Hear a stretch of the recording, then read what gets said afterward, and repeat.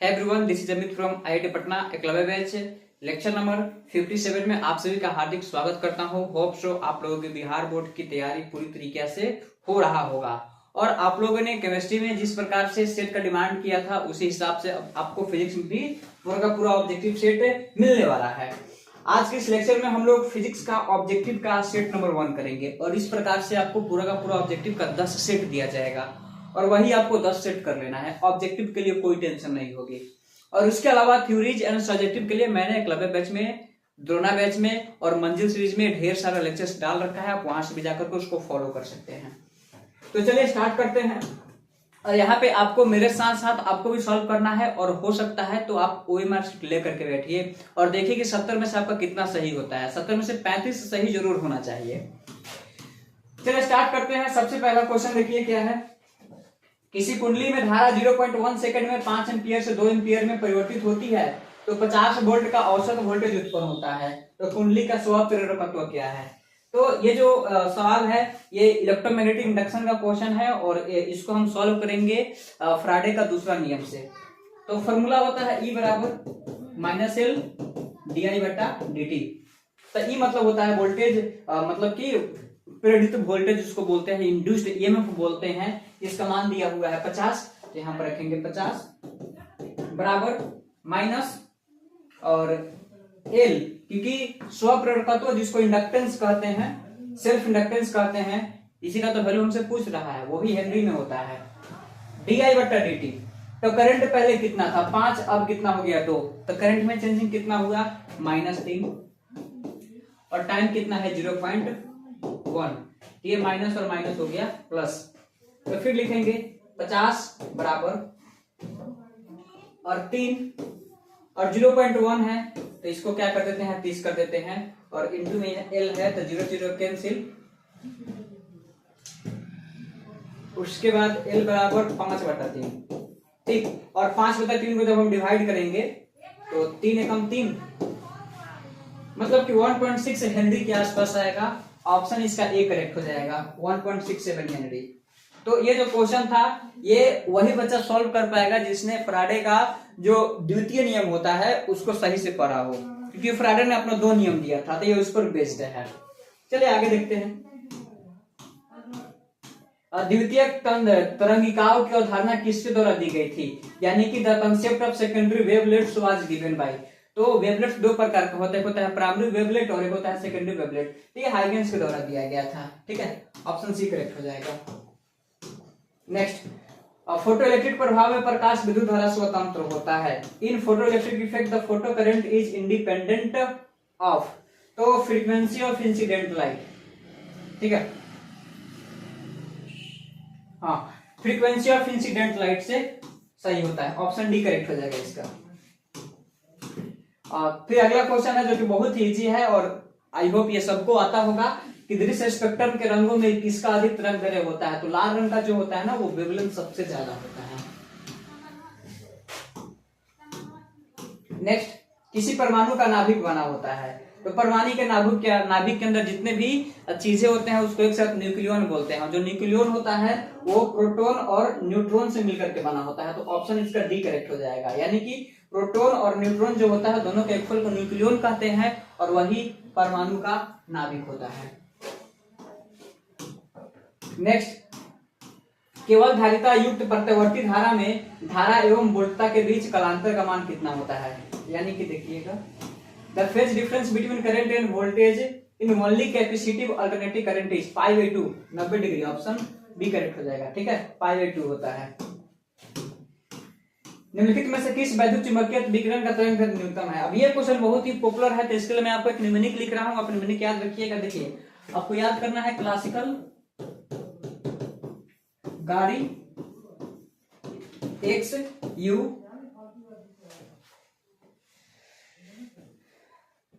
Classical गाड़ी XUV इन माई range, ठीक है। इस निम्नलिखित को पहले आप रट लीजिए। क्या याद करना है? क्लासिकल गाड़ी XUV इन माई रेंज, क्लासिकल गाड़ी XUV इन माई रेंज, क्लासिकल गाड़ी XUV इन माई रेंज। अगर आप ये पूरा का पूरा न्यूमेरिक याद कर लेते हैं तो ढेर सारा आपका ऑब्जेक्टिव क्वेश्चन बन जाएगा मॉडर्न फिजिक्स का। क्लासिकल का मतलब होता है कॉस्मिक रेज, ठीक, गाड़ी में इसका मतलब होता है गामा रेज, और इसका मतलब हो जाएगा एक्स रेज, और यू है, यू का मतलब हो जाएगा अल्ट्रा वायोलेट रेज, और वी का मतलब हो जाएगा विजिबल रेज, विजिबल रेज। इनका मतलब हो जाएगा इंफ्रारेड, इंफ्रारेड, और एम का मतलब हो जाएगा, माई का मतलब हो जाएगा माइक्रोवेव्स, और रेंज में आर का मतलब हो जाएगा रेडियो वेव्स। ठीक, तो अब जैसे आइएगा लेफ्ट राइट, तो लेफ्ट राइट आने से क्या होता है, इसका लेमडा बढ़ता है। ठीक है, लेमडा बढ़ेगा, लेमडा करने का मतलब होता है वेवलेंथ, इसका वेवलेंथ बढ़ेगा। अब चूंकि जो वेवलेंथ होता है वो फ्रीक्वेंसी का इनवर्सली प्रोपोर्शनल होता है, तो अगर इसका वेवलेंथ बढ़ रहा है, इसका फ्रीक्वेंसी क्या होगा, घटेगा। ठीक, तो जैसे ही हम चार ऑप्शन देखेंगे तो चारों ऑप्शन में से हमें पता होना चाहिए कि ये सीक्वेंस कैसे काम करता है। तो अगर आपसे पूछा जाए कि जो इलेक्ट्रोमैग्नेटिक वेव होता है, ये जो इलेक्ट्रोमैग्नेटिक स्पेक्ट्रम होता है, उसमें सबसे ज्यादा वेवलेंथ किसका होता है, तो रेडियो वेव का सबसे ज्यादा होता है। सबसे कम किसका होता है, कॉस्मिक, और सबसे ज्यादा अब फ्रीक्वेंसी किसका होता है, तो कॉस्मिक का होता है। सबसे कम फ्रीक्वेंसी किसका होता है, रेडियो वेव का होता है। अब इसमें से देख लीजिए चारों ऑप्शन, अल्ट्रा वायोलेट यानी कि पराबैंगनी, ये पराबैंगनी यहाँ है अल्ट्रा वायोलेट, फिर एक्स है, एक्स, फिर सूक्ष्म यानी कि माइक्रो यहाँ है, और गामा यहाँ है। तो देखिए गामा सबसे पहले आया है, और जैसे जैसे हम इधर जाते हैं उसका वेवलेंथ बढ़ते जाता है, लेकिन क्या पूछा है कि तरंग दैर्घ्य न्यूनतम होना चाहिए, कि वेवलेंथ कम से कम होना चाहिए। इसमें गामा सबसे पहले है, तो गामा का क्या होगा, वेवलेंथ का मान सबसे कम हो जाएगा। और अगर ये पूरा का पूरा नियमित याद करते हैं तो कहीं से भी आपको रटने की कोई जरूरत नहीं, आप कितना रटिएगा। अब चार ऑप्शन है और इतने सारे इसमें स्पेक्ट्रो क्या बोलते हैं, इतने सारे स्पेक्ट्रम वेव्स लिखे गए हैं। अब इतने सारे स्पेक्ट्रम वेव्स में से आप चार के अलावा पे कहीं ऑप्शन चेंज कर दिया जाएगा तो फिर क्या कीजिएगा। तो इसीलिए याद रखिए classical Gardi XUV EMI range, यानी कि जो गामा रेंज है, कहाँ गया, ऑप्शन डी वाला क्या हो जाएगा, इसका करेक्ट आंसर हो जाएगा। ठीक, तो सवाल यही है, which one of the following electromagnetic radiations has minimum wavelength, answer D हो जाएगा गामा रेज। नेक्स्ट क्वेश्चन 25 का द्विधारी समतुल्य क्या है, बहुत ही इजी क्वेश्चन है। देखिए 25 है, अब 25 का क्या कीजिए, 2 से डिवाइड कीजिए, और जो इसका रिमाइंडर रहेगा उसको यहाँ लिखिए। तो 2 से ये 12 बार में कटेगा, और शेष कितना गिरेगा, एक, तो शेष को यहाँ रख देंगे, फिर 2 से काटेंगे 6 बार में, तो फिर इसका शेषफल कितना आएगा, 0, तो 0 को लिखेंगे यहाँ। फिर 2 से 3 बार में, तो अब फिर बार शेष कितना आएगा, 0, फिर 2 से 1 बार में, और इसका शेष कितना आएगा, 1, तो 1 1 0 0 1 1 0 0 1, देख लीजिए कौन सा है, 1 1 0 0 1, यानी कि ऑप्शन सी करेक्ट हो जाएगा। ठीक है, अब मानते हैं कि उसी प्रकार से बोलता है कि चलो ये द्विधारी में दिया हुआ है, अब क्या करो कि इसको दार्शनिक में बदल दो। तो क्या करते हैं फिर, तो ये जो 1 है ये लिखते हैं और इंटू में 2 के पावर, और इसके दाहिने तरफ में जितना अंक होता है उतना पावर में डाल देते हैं। तो दाहिने तरफ में 4 अंक है तो पावर में क्या कर देंगे, 4 डाल देंगे। फिर ये वाला 1 लिखेंगे इंटू 2 के पावर, अब इसके दाहिने तरफ में 3 अंक है तो 2 के पावर में 3 डालेंगे। अब चूंकि 0 है तो 0 को छोड़ दीजिए, 0 से आप गुना कीजिएगा तो 0 ही आएगा। अब डायरेक्ट आते हैं इस 1 के पास, अब गुना 2 के पावर, और इसके दाहिने तरफ में 1 अंक है तो इसमें 1 0 डाल देंगे, तो 2 के पावर 4 कितना हो जाएगा, 16, आप प्लस 8, और इसका वैल्यू 1 होगा यानी कि 25। तो जैसे भी सवाल दे बनाने के लिए रेडी रहना है। नेक्स्ट क्या है, विवर्तन फ्रिंजों की चौड़ाई व्यक्तिकरण फ्रिंजे, the width of diffraction fringes is dash to the width of interference fringes। देखिए वो जो विवर्तन फ्रिंज होता है ना, इनका जो चौड़ाई होता है वो व्यक्तिकरण फ्रिंज के चौड़ाई के बराबर नहीं होता है। इसका आंसर बी करेक्ट हो जाए। बाकी ऑप्शन गलत लिखा हुआ है, क्योंकि इक्वल और सिमिलर दोनों तो बात सेम ही होता है, तो फिर तो इसमें तो कंफ्यूजन ही हो जाएगा, सवाल कैसे बनेगा। अब क्या इक्वल और सिमिलर लिखा हुआ है, तो इसीलिए खैर ऑप्शन बी करेक्ट होगा। ए और सी से तो कोई मतलब नहीं है, बट फिर भी यहाँ पे इक्वल या सिमिलर के बदले में कुछ और होना चाहिए। चलिए प्रकाश वर्ष का मान कितना होता है, तो इसका आंसर हो जाएगा 9.46 इंटू 10 के पावर 15, ऑप्शन ए करेक्ट हो जाएगा। जब ए मीटर को शंट किया जाता है तो परिपथ का कुल प्रतिरोध का मान क्या होता है, बढ़ जाता है, ऑप्शन ए करेक्ट हो जाएगा। नेक्स्ट, किसी अर्धचालक का तापमान गुणांक का मान क्या होता है, ऋणात्मक होता है, ऑप्शन बी। यदि साइक्लोट्रॉन में आवेशित कण, तो साइक्लोट्रॉन में जो आवेशित कण होता है उसका टाइम पीरियड का फॉर्मूला होता है 2πr/v, क्योंकि साइक्लोट्रॉन जो होता है वो सर्किल के जैसा होता है, इसलिए जो टाइम पीरियड होता है वो वेलोसिटी जो होता है उसके इनवर्सली प्रोपोर्शनल हो जाएगा, तो ऑप्शन सी करेक्ट हो जाएगा इसका। Next question, one de graph ध्वनि एक ऐसी विद्युत शक्ति है जिससे उत्पन्न होता है, देखिए ओनली हाई वोल्टेज उत्पन्न होता है, ऑप्शन बी करेक्ट हो जाएगा इसका। Van de Graaff generator is an electrostatic machine which produces, क्या हो जाएगा, only high voltage, option B. Next, परावैद्युतांक का SI मात्रक क्या होता है, तो परावैद्युतांक जिसको क्या बोलते हैं, एप्सिलॉन नॉट बोलते हैं, ठीक है। तो इसका SI मात्रक हो जाएगा कूलम स्क्वायर बटा newton metre square, coulomb square बटा newton metre square, option D correct हो जाएगा। कूलम स्क्वायर और न्यूटन के पावर -1 और मीटर के पावर -2, ठीक है, ऑप्शन डी करेक्ट हो जाएगा। आवेशित संधारित्र पर कुल आवेश कितना होता है, तो ऐसा नॉर्मली माना जाता है कि कोई कैपेसिटर है उसके ऊपर चार्ज है तो उसका कैपेसिटेंस, उस पर जो चार्ज होता है उसका वैल्यू 1 माइक्रो कूलम होता है, ऑप्शन बी करेक्ट हो जाएगा। नेक्स्ट, चालक के अंदर इलेक्ट्रॉन की गति कैसी होती है, ड्रिफ्टेड होता है, ठीक है, इसका ऑप्शन सी करेक्ट हो जाएगा, ड्रिफ्टेड, जिसको हिंदी में अपसरित कहा जाता है। The motion of electron inside the conductor is drifting, ठीक।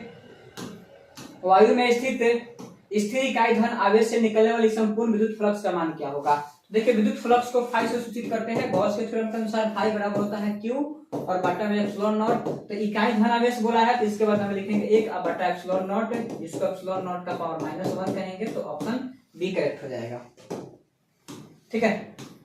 नेक्स्ट, प्रति इकाई आवेश पर लगने वाले बल को क्या कहते हैं, विद्युत क्षेत्र कहते हैं, ऑप्शन सी करेक्ट हो जाएगा। और ई बराबर फॉर्मूला क्या होता है, F और बट्टा में क्या हो जाएगा Q। तो इसी इकाई आवेश पर लगने वाले बल को क्या कहते हैं, विद्युत क्षेत्र कहते हैं।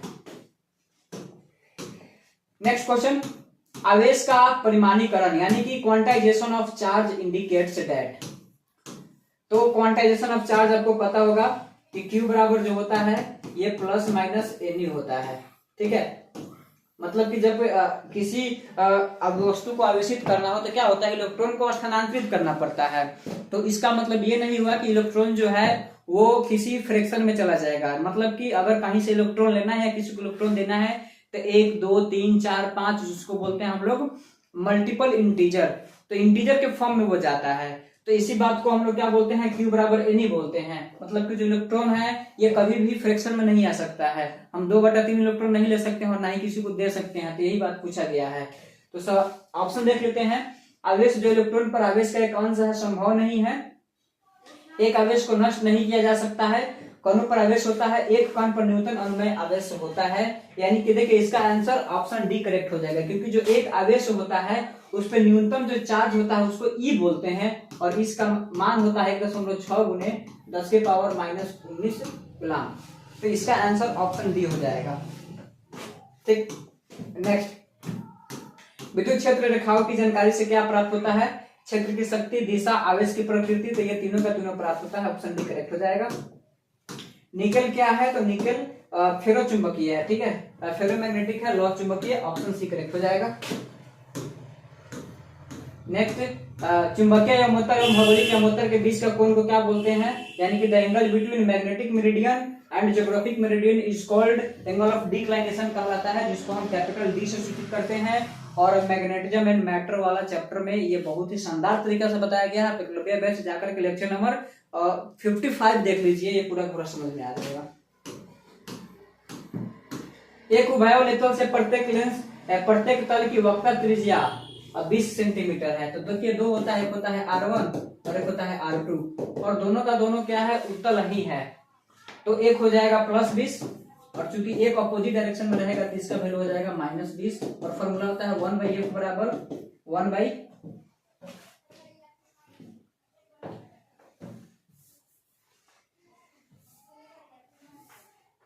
-1 इंटू 1/R1 - 1/R2। तो अपवर्तनांक कितना है, 1.5 है, 1.5 में से 1 जैसे घटाएंगे 0.5 आएगा।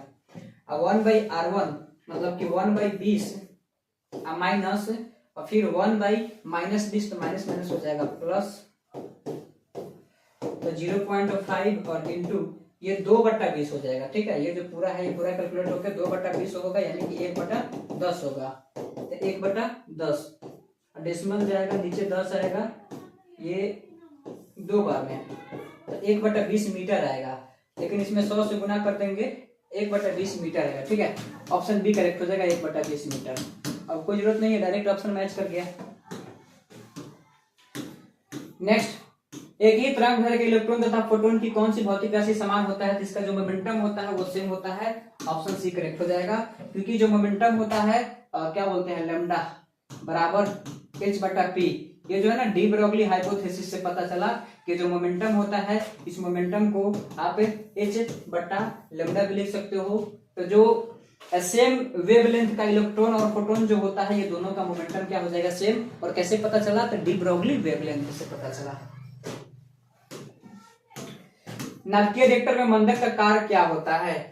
देखिए क्या करता है कि ये न्यूट्रॉन की स्पीड को कम कर देता है। तो आंसर इसका ये हो जाएगा, slow the speed of neutrons. Next question, P प्रकार के अर्धचालकों, तो पी टाइप है ना, तो पी टाइप करने का मतलब होता है पॉजिटिव, और जो पॉजिटिव होता है वो ग्रुप 13 के साथ डोपिंग होता है। तो ग्रुप 13 वाला कौन है? ब्रोन है। ऑप्शन ए करेक्ट हो जाएगा। डायोड का उपयोग जो होता है ना रेक्टिफायर की तरह होता है, यानी कि दिष्टकारी की तरह होता है। ऑप्शन डी करेक्ट हो जाएगा।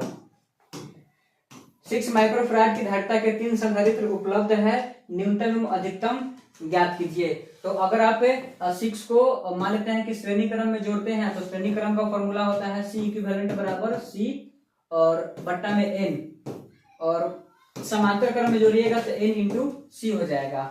तो 6 है और 3 है तो 6/3 यानी कि 2, और समांतर में जोड़िएगा तो 3 × 6 यानी कि 18। तो अगर कम से कम होगा तो वो होगा 2 और ज्यादा से ज्यादा होगा तो वो होगा 18। तो ऑप्शन सी करेक्ट हो जाएगा, 2 माइक्रोफैराड एंड 18 माइक्रोफैराड। नेक्स्ट, प्रत्यावर्ती धारा का समीकरण। तो देखिए आई बराबर फॉर्मूला लिखा हुआ है I0 sin ओमेगा टी। तो यहां से कंपेयर करेंगे तो ओमेगा का मान हो जाएगा 100 पाई और I0 का मान हो जाएगा 60। तो क्या बोला है? मूल माध्य वर्ग यानी कि IRMS का मान बताइए। तो IRMS का वैल्यू होगा I0 बाई √2 यानी कि 16/√2, और 60 के बदले हम लिख सकते हैं 2 × 30/√2, और ये कर जाएगा √2 बार में 30√2।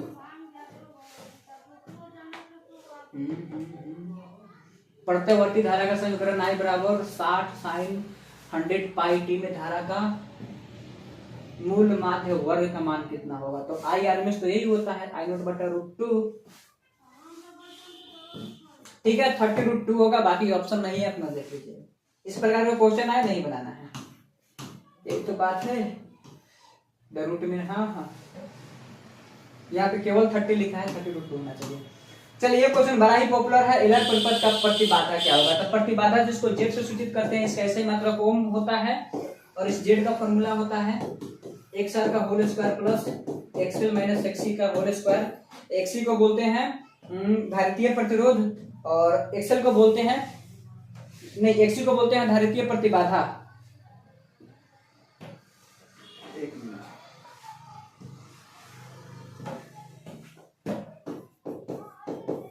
प्रतिबाधा को सूचित करते हैं जेड से, जिसका ऐसा मात्रक ओम होता है, और इस जेड का फॉर्मूला होगा √XR का square plus XL minus XC का स्क्वायर। तो यहां से XR को क्या कहेंगे? XR को कहते हैं प्रतिरोधीय प्रतिघात, और प्रतिघात का भी मात्रक ओम ही होता है। अब फिर आया XL, तो XL को कहते हैं प्रेरणिक प्रतिघात। फिर आएगा XC, इस एक्सिस को कहते हैं धारितीय प्रतिघात। तो अगर LR बोलेगा तो LR के कंडीशन में XR का मान 0 ले लिया जाता है, ठीक है। मतलब जो भी बोलेगा, जैसे कि मान लेते हैं कि अगर RC बोल दे, तो अगर RC बोल दे तो XL का मान 0 ले लेना है। अगर LC बोल दे तो XR का मान 0 ले लेना है। जो कि यहाँ पे LR बोला है तो यहाँ पे क्या करेंगे? XC का मान 0 लेंगे, यानी कि इसका मान 0 लेंगे। तो बराबर Z बराबर ये जो एक्सएल होता है इसके बदले में हम आर रख देते हैं, अब प्लस में टेलर बोला है ना, टेलर बोला है तो एक्ससी का मान 0 होगा, टेलर बोल दिया तो एक्ससी का मान 0 होगा ना, तो आर स्क्वायर और प्लस एक्ससी का मान जैसे लिखेंगे तो एक्सएल का स्क्वायर हो जाएगा। और चूंकि जो एक्सएल होता है ये ओमेगा एल के बराबर होता है और एक्ससी 1/ओमेगा सी के बराबर होता है, तो आर स्क्वायर प्लस इसके बदले में जैसे ओमेगा एल रखेंगे omega square L square root over, तो इसका हो जाएगा ऑप्शन डी करेक्ट। ठीक, एक वृत्तीय धारावाही लूप की त्रिज्या दुगनी कर दिया जाए, तो वृत्तीय जो धारावाही लूप होता है, मान लेते हैं कि अगर ऐसे है, इसमें करंट आई जा रहा है, इसका जो चुंबकीय घूर्ण होता है वो होता है आई इंटू ए।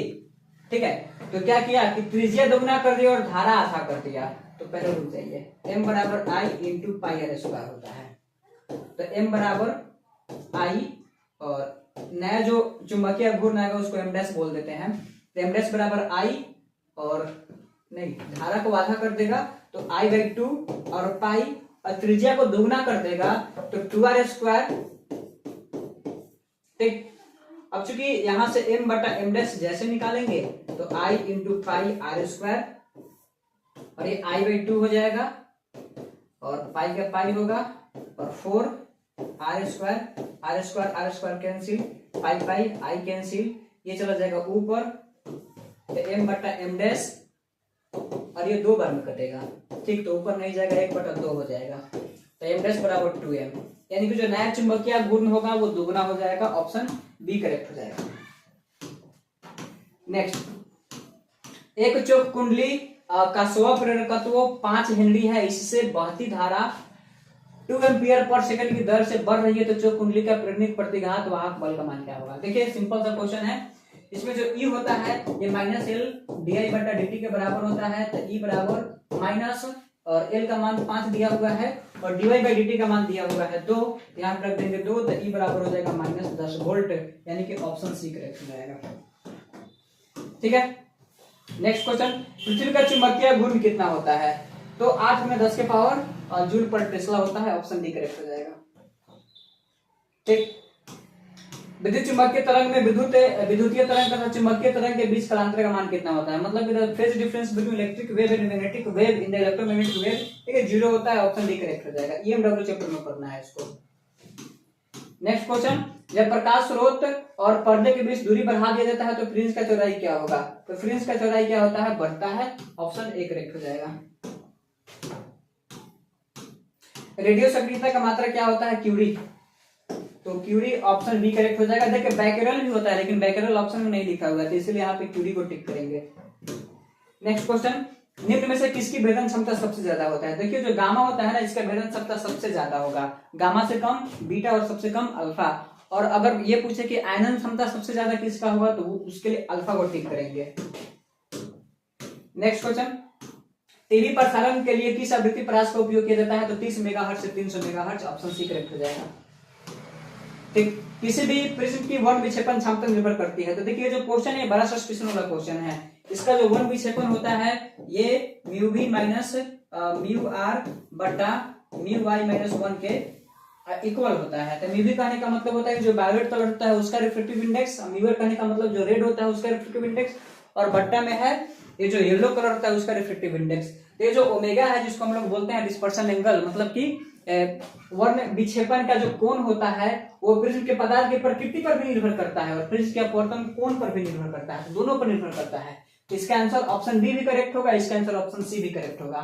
तो अगर एग्जामिनेशन में ऐसा ऐसा क्वेश्चन आता हो जिसमें आपको कंफ्यूजन हो आप उसको छोड़ करके आ जाइए। लेजर क्रिया के लिए आवश्यक होता है तो इसमें संख्या परिवर्तन जरूरी होता है, ठीक है, number inversion, option D. Next, प्रकाश अनुप्रस्थ तरंग है क्योंकि ये पोलराइजेशन को शो करता है, ऑप्शन बी करेक्ट हो जाएगा। एक रेडियो समस्थानी की अर्ध आयु 5 दिन है, 20 दिन के लिए नाभिकों का विघटन अंश क्या होगा। नाभिक का जो विघटन अंश होता है ना वो n/n0 होता है और इसका मान होगा 1/2 और t और बट्टा में लिखेंगे t हाफ। तो n/n0 को ही अविघटित अंश कहा जाता है, तो वो हो जाएगा 1/2 और टाइम कितना है 20 दिन, और टी हाफ कितना है 5, मतलब कितना टी हाफ होगा 5 है। तो 5 दिन टी हाफ है और 20 दिन के लिए तो 5 टी हाफ और 20 है, तो इसमें टोटल 4 टी हाफ होंगे। तो 1/2 के पावर हो जाएगा 4, यानी कि 1/16। ऑप्शन डी करेक्ट हो जाएगा। ठीक, नेक्स्ट, दो आवेशों के बीच विद्युतीय बल एवं गुरुत्वीय बल के अनुपात में से किस रूप में होगा। तो दो आवेशों बोल दिया है, तो आवेश किसी भी प्रकार का हो सकता है। तो मान लेते हैं कि एक चार्ज यहाँ पे और दूसरा चार्ज यहाँ पे, दोनों के बीच का डिस्टेंस r, इसका मास m और इसका मास m।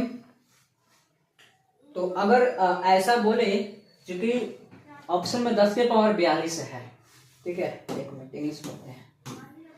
The ratio of electric force and gravitational force acting between two charges in the order। अब देखिए चार्ज तो यहाँ पे एट रैंडम कोई सा भी चार्ज नहीं रख सकते हैं, क्योंकि क्वेश्चन में प्रॉब्लम है।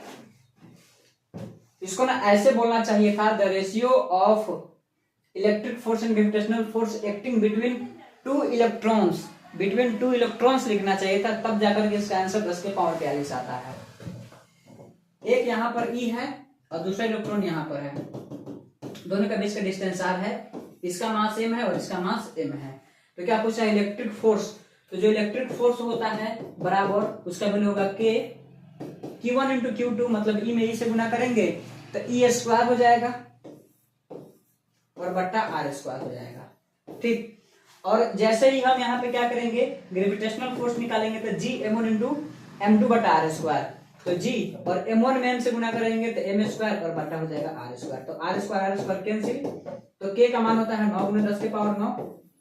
इलेक्ट्रॉन पर चार्ज होता है 1.6 × 10 के पावर -19 और इसका हो जाएगा whole square divided by G का मान होता है 6.67 × 10 के पावर -11 और इलेक्ट्रॉन का मास का वैल्यू होता है 9.1 × 10 के पावर -31 और इसका हो जाएगा होल स्क्वायर। ओवरऑल आप इसको कैलकुलेट कीजिएगा 10 के पावर 42 आ जाएगा। ठीक है, ऑप्शन ए करेक्ट हो जाएगा। तो यहाँ पे डाटा ऐसे देना चाहिए था कि दो इलेक्ट्रॉन है तो उनके बीच में लगने वाले इलेक्ट्रोस्टैटिक फोर्स और ग्रेविटेशनल फोर्स का रेशियो बताइए, तो 10 के पावर 42 होता है। नेक्स्ट, विद्युतीय द्विध्रुव आघूर्ण पी वेक्टर एवं विद्युत क्षेत्र की तीव्रता ई वेक्टर के बीच कोण का मान कितना होगा द्विध्रुव स्थिर साम्यावस्था, मतलब कि what is the angle between the electric dipole moment P vector and the electric field strength E vector when the dipole is in stable equilibrium. देखिए यहाँ से पहले हम आपको बताते हैं कि पोटेंशियल एनर्जी का फॉर्मूला क्या होता है। पोटेंशियल एनर्जी जिसको U से सूचित करते हैं, इसका फॉर्मूला होता है -P⋅E। तो अगर कोई चीज स्टेबल इक्विलिब्रियम में है तो उसका एनर्जी का मान जो है वो मिनिमम होना चाहिए। ठीक है, तो स्टेबल इक्विलिब्रियम है तो U बराबर -P cos थीटा। तो चूंकि एनर्जी का मान क्या लेना है, मिनिमम लेना है, तो उसके लिए यहाँ पे cos थीटा को, ये जो cos थीटा है इस वैल्यू को हम क्या करते हैं 1 पुट कर देते हैं। तो U बराबर -Pe और cos थीटा को 1 पुट करने के लिए थीटा का मान 0 रखना पड़ेगा, तो U बराबर -Pe हो जाएगा। तो ये हो गया U का मिनिमम मान। तो U का मिनिमम मान -Pe हुआ, इसका मतलब ये स्टेबल इक्विलिब्रियम में चला गया। तो स्टेबल इक्विलिब्रियम में गया है तो उसके लिए थीटा का मान 0 हो जाएगा, यानी कि ऑप्शन डी करेक्ट हो जाएगा। ठीक है, निम्न में से कौन भौतिक राशि सदिश है, विद्युत फ्लक्स, विद्युत विभव, नहीं विद्युत तीव्रता, इलेक्ट्रिक फील्ड इंटेंसिटी, इसको लिखना चाहिए था, ऑप्शन डी करेक्ट होगा। फ्लक्स, पोटेंशियल, ये सब स्केलर है। नेक्स्ट क्वेश्चन, दो तरंगे y1 बराबर 4 sin ओमेगा t। तो y1 का मान कितना है 4 sin ओमेगा t और प्लस माइनस कुछ भी नहीं है 5 ले लेते हैं। ठीक है, ये और y2 बराबर है 3 cos ओमेगा t। तो y2 को हम ऐसे लिख सकते हैं 3 sin ओमेगा t प्लस 5/2, क्योंकि sin 90 प्लस थीटा बराबर cos थीटा होता है, इसको हम ऐसे लिख सकते हैं।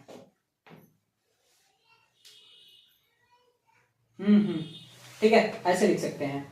यहाँ पर जो फेज डिफरेंस है उसका मान कितना होगा, डेल्टा फाई 5 माइनस 5 के बराबर होता है। तो ये 5/2 है और माइनस यहाँ पे तो कुछ भी नहीं है तो 0 ले लेंगे, तो यहाँ पे 0, तो बराबर कितना आ जाएगा 5/2 आ जाएगा, ये 0 होगा।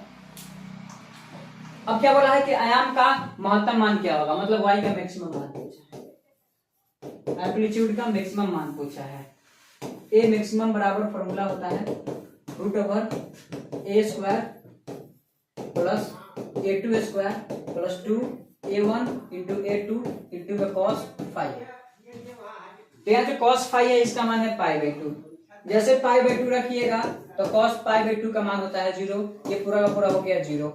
अब इसका मान कितना हो जाएगा 4, तो 4 का स्क्वायर है 16, प्लस इसका मान 3 है तो 3 का स्क्वायर हो जाएगा 9, तो 16 9 25 और 25 का वर्गमूल 5, यानी कि ऑप्शन बी करेक्ट हो जाएगा। ठीक। परिनालिका में चुंबकीय ऊर्जा घनत्व का सूत्र क्या होता है, तो ऑप्शन ए करेक्ट हो जाएगा b² / 2 mu naught. Next question, 40 centimetre focus दूरी का उत्तल लेंस है, तो उत्तल लेंस जो है इसका फोकस दूरी क्या होता है, प्लस में होता है कि माइनस में होता है, तो ये आपका उत्तल लेंस हो गया। और इसमें प्रकाश ऐसे आती है, इसका जो फोकस दूरी होता है वो प्लस में होता है। तो चूंकि 40 सेंटीमीटर का फोकस 40 सेंटीमीटर फोकस दूरी का उत्तल लेंस है, यानी कि F1 का मान हो गया 40 सेंटीमीटर एवं 20 सेंटीमीटर दूरी का अवतल लेंस। तो अवतल लेंस का जो क्या बोलते हैं, अवतल लेंस का जो फोकस दूरी होता है वो माइनस में होता है। यहाँ पर F2 बराबर लिखेंगे -20 सेंटीमीटर। अब दोनों को मिला दिया गया तो इसके संयोजन से जो नया लेंस बनेगा उसका क्षमता बताना है, और भी किसमें बताना है, डायोप्टर में बताना है। तो पहले क्या करते हैं कि F इक्विवेलेंट निकालते हैं, तो F इक्विवेलेंट बराबर हो जाएगा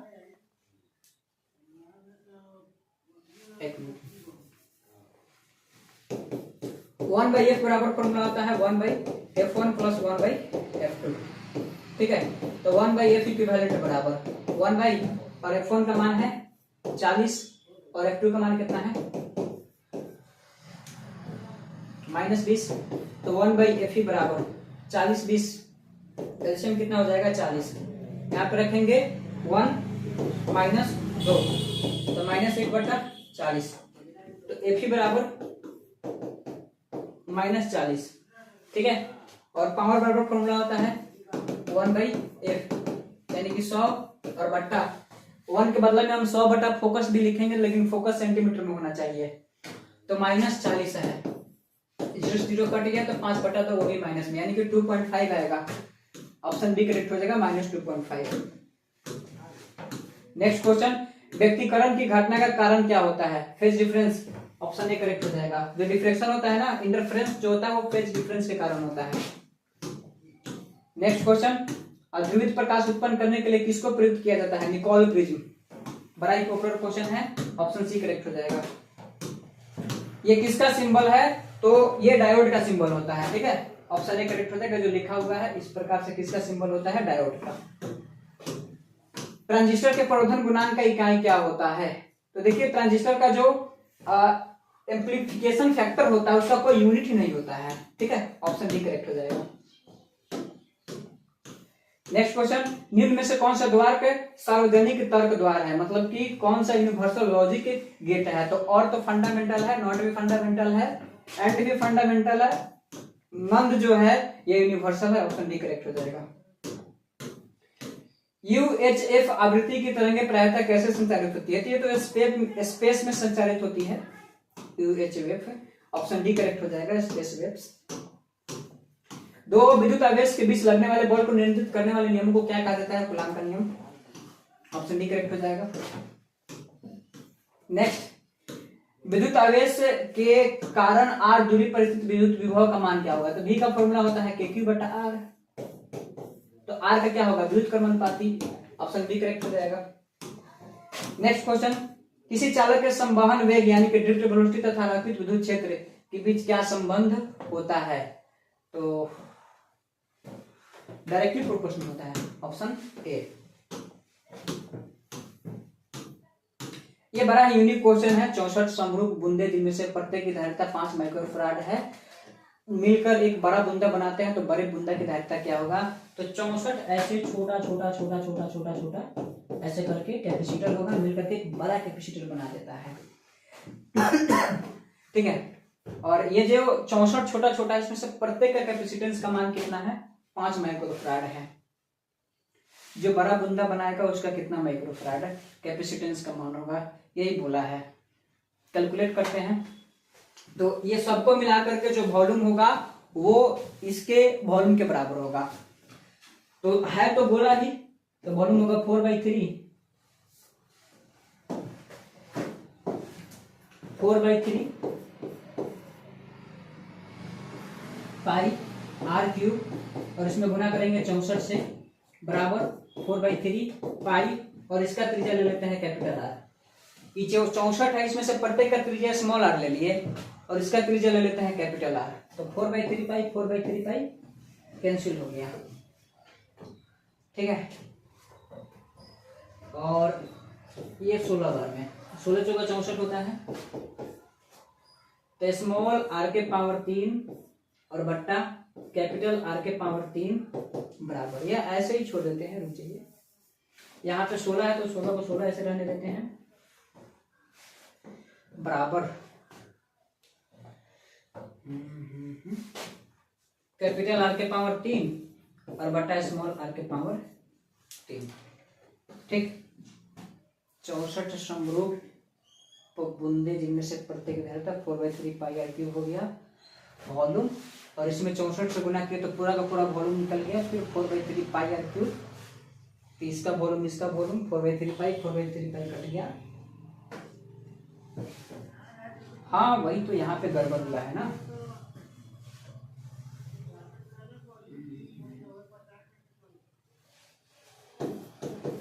ठीक है, 4/3 पाई तो ऑलरेडी कट गया, तो फिर 64 कहाँ से कटेगा?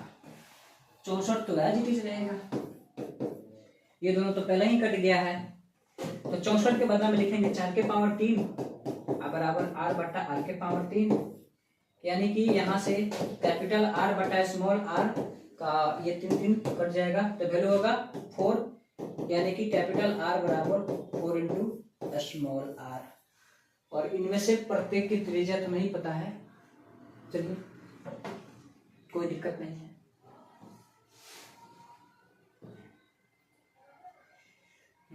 प्रत्येक का धारिता 5 माइक्रोफैराड दिया हुआ है, तो C बराबर फॉर्मूला होता है 4 pi epsilon naught into R. इसका मान दिया हुआ है 5, तो 5 बराबर हो जाएगा, मतलब कि 5/4 पाई एप्सिलॉन नॉट बराबर हो जाएगा स्मॉल आर। यानी कि जो कैपिटल आर है, अब इस कैपिटल आर का मान ऐसे निकले, कैपिटल सी बराबर 4 pi epsilon not into capital R, तो कैपिटल सी बराबर 4 पाई एप्सिलॉन नॉट इंटू, और इस कैपिटल आर के बदले में लिखेंगे 4 और इंटू में स्मॉल आर, और स्मॉल आर का मान दिया हुआ है 5/4 पाई एप्सिलॉन नॉट। ये दोनों हो गया कैंसिल, तो 4×5 = 20 माइक्रोफैराड, ठीक है। यानी कि ऑप्शन डी करेक्ट हो जाएगा। नेक्स्ट क्वेश्चन, विभव मापी से मुख्यतः क्या मापा जाता है? तो विभवांतर मापा जाता है, ऑप्शन सी करेक्ट हो जाएगा। अगर दो आवेशों के बीच की दूरी बढ़ा दिया जाता है तो उसकी वैद्युत स्थिति ऊर्जा, देखिए तो इलेक्ट्रोस्टैटिक पोटेंशियल एनर्जी का फॉर्मूला होता है K Q1 × Q2 और बट्टा में R। तो अगर इनके बीच का डिस्टेंस बढ़ाइएगा तो ये पोटेंशियल एनर्जी क्या होगा? घटेगा, ऑप्शन ए करेक्ट होगा। नेक्स्ट, दो प्रतिरोध R एवं 2R को एक विद्युत परिपथ के श्रेणी क्रम में जोड़ा जाता है तो R तथा 2R में उष्मीय ऊर्जा का अनुपात क्या होगा? तो चूंकि जूल के नियम के अनुसार H बराबर फॉर्मूला होता है I²RT, तो H1/H2 बराबर I² इंटू में T और बट्टा I² इंटू में, अब फिर R के बदले में लिखेंगे 2R इंटू में T, ये सब कैंसिल हो गया, R से R कैंसिल हो गया, 1/2, ऑप्शन ए करेक्ट हो जाएगा, 1:2। नेक्स्ट क्वेश्चन, गोलीय दर्पण को पानी में डुबाया जाता है तो उसका फोकस दूरी क्या होगा? तो देखिए अगर किसी को पानी में अगर डुबाते हैं तो फोकस दूरी जो होता है वो R/2 इंटू μ-1 गुना हो जाता है, ठीक।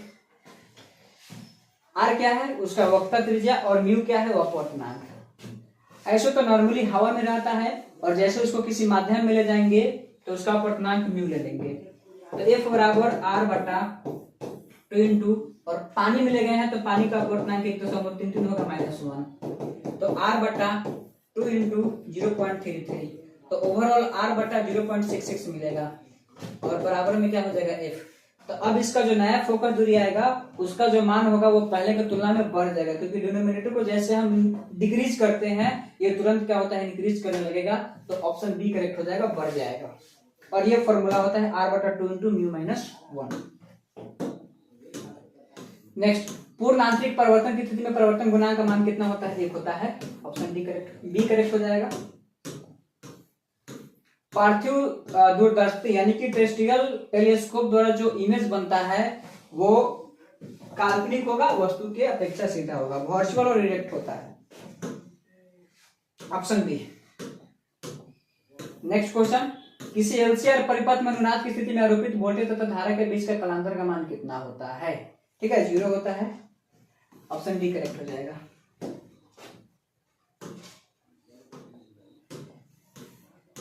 एक ऊंचाई ट्रांसफार्मर की द्वितीय कुंडली में धारा का मान प्राथमिक कुंडली की तुलना में, तो सेकेंडरी कॉइल में जो करंट होता है वो प्राइमरी कॉइल की तुलना में कम होता है। ऑप्शन डी करेक्ट हो जाएगा। 69, एक्स किरणें क्या होता है? इलेक्ट्रोमैग्नेटिक वेव होता है। ऑप्शन डी करेक्ट हो जाएगा।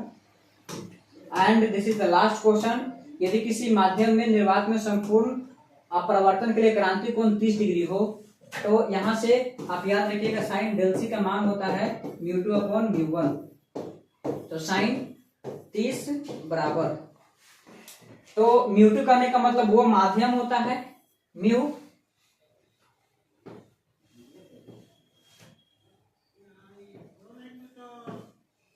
और μ1 जो होता है, एक मिनट, अगर मीडियम यहां से यहां जाता हो तो ये μ1 ये μ2 क्या होगा? निर्वात हो जाएगा, और नीचे वाला μ1 को म्यू मान लेते हैं। ठीक है, तो उसका निर्वात का अपवर्तनांक कितना होता है? 1 होता है, और बटा ये म्यू हो जाएगा, और इसका मतलब 1/2 बराबर 1/μ, तो म्यू का मान कितना हो जाएगा? 2, और म्यू का फॉर्मूला क्या होता है? अपवर्तनांक का फॉर्मूला c/v बराबर 2, तो यहाँ से v बराबर क्या हो जाएगा? c/2 यानी कि 1.5 इंटू 10⁸ मीटर पर सेकेंड, 1.5 इंटू 10⁸ मीटर पर सेकेंड, तो कोई ऑप्शन ही नहीं दिया है। ये पावर में ना 8 होगा, तब जाकर ऑप्शन बी करेक्ट हो पाएगा। ठीक, तो होप सो ये पूरा का पूरा 70 क्वेश्चन में से आपका 35 क्वेश्चन सही हो गया होगा। अगर बाय मिस्टेक अगर टिक करने में कोई ऑप्शन गलत हो गया हो तो आप कमेंट में जरूर बता दीजिएगा। चलिए मिलते हैं नेक्स्ट वीडियो में किसी और सेट के साथ, तब तक ऑल द बेस्ट।